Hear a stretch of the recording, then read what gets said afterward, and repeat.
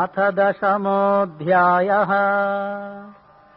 श्रीभगवानुवाच भूय एव महाबाहो शृणु मे परमं वचः यत्तेऽहं प्रीयमाणाय वक्ष्यामि हितकाम्यया न मे विदुः सुरगणाः प्रभवं न महर्षयः अहमादिर्हि देवानां महर्षीणां च सर्वशः यो मामजमनादिं च वेत्ति लोकमहेश्वरम् असम्मूढसमर्थ्येषु सर्वपापैः प्रमुच्यते बुद्धिर्ज्ञानमसम्मोहः क्षमा सत्यं दमः शमः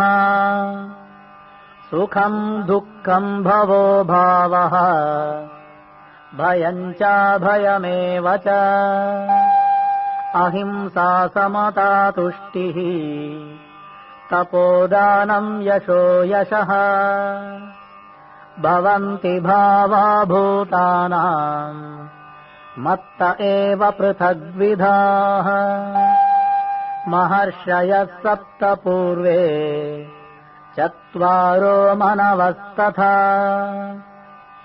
मद्भावा मानसा जाताः येषां लोक इमाः प्रजाः एतां विभूतिं योगं च मम यो वेत्ति तत्त्वतः सोऽविकम्पेन योगेन युज्यते नात्र संशयः अहं सर्वस्य प्रभवः मत्तः सर्वं प्रवर्तते इति मत्वा भजन्ते मां बुधा भावसमन्विताः मच्चित्ता मद्गतप्राणाः बोधयन्तः परस्परम् कथयन्तश्च मां नित्यम् तुष्यन्ति च रमन्ति च तेषां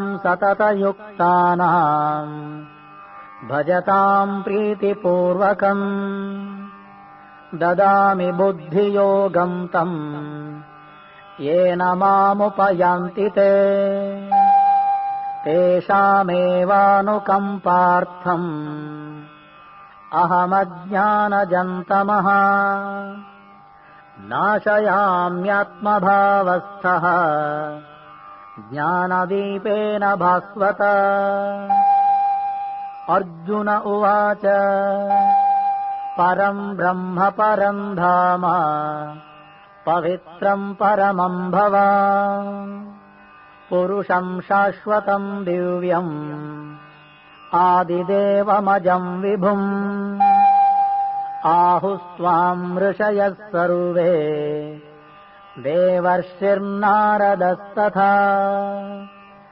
असितो देवलो व्यासः स्वयं चैव ब्रवीषि मे सर्वमेतद्वृतं मन्ये यन्मां वदसि केशव न हि ते भगवन् व्यक्तिं विदुर्देवानदानवाः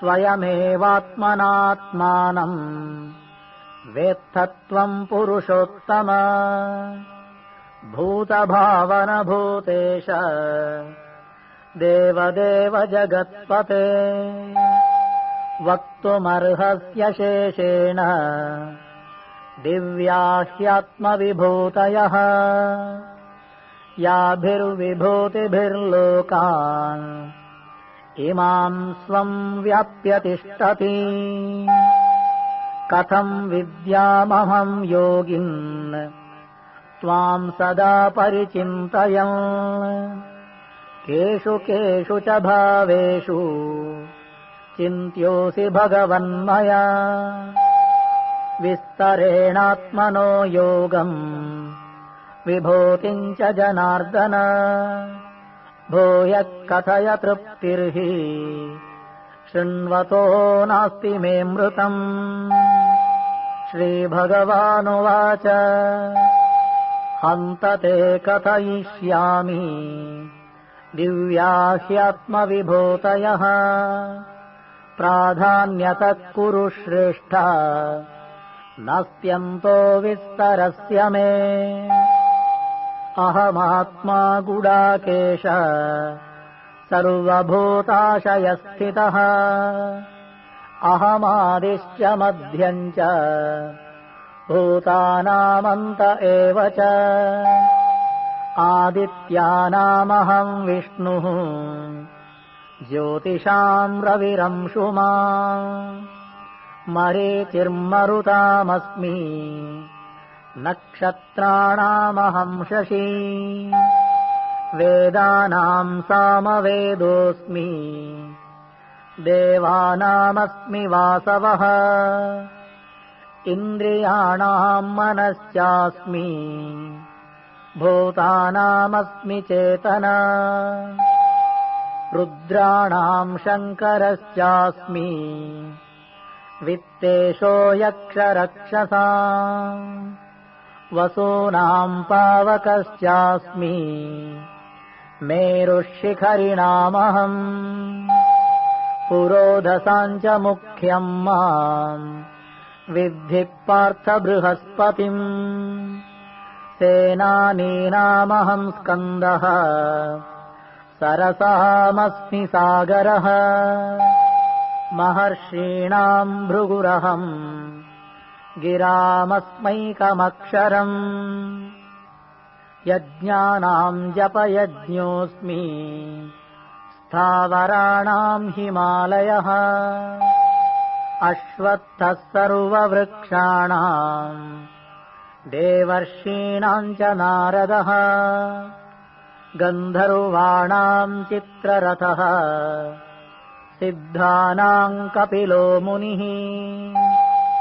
उच्चैश्रवसमश्वानाम् विद्धि माममृतोत्तमम्। ऐरावतम् गजेन्द्राणाम् नराणाम् च नराधिपम्। आयुधानामहम् वज्रम् धेनूनामस्मि कामधुक्। प्रजनश्चास्मि कन्दर्पः सर्पाणामस्मि वासुकिः। अनन्तश्चास्मि नागानाम् वरुणो यादसामहम्। पितॄणामर्यमा चास्मि यमः संयमतामहम्। प्रह्लादश्चास्मि दैत्यानाम् कालः कलयतामहम्। मृगाणाम् च मृगेन्द्रोऽहम् वैनतेयश्च पक्षिणाम्। पवनः पवतामस्मि रामः शस्त्रभृतामहम्।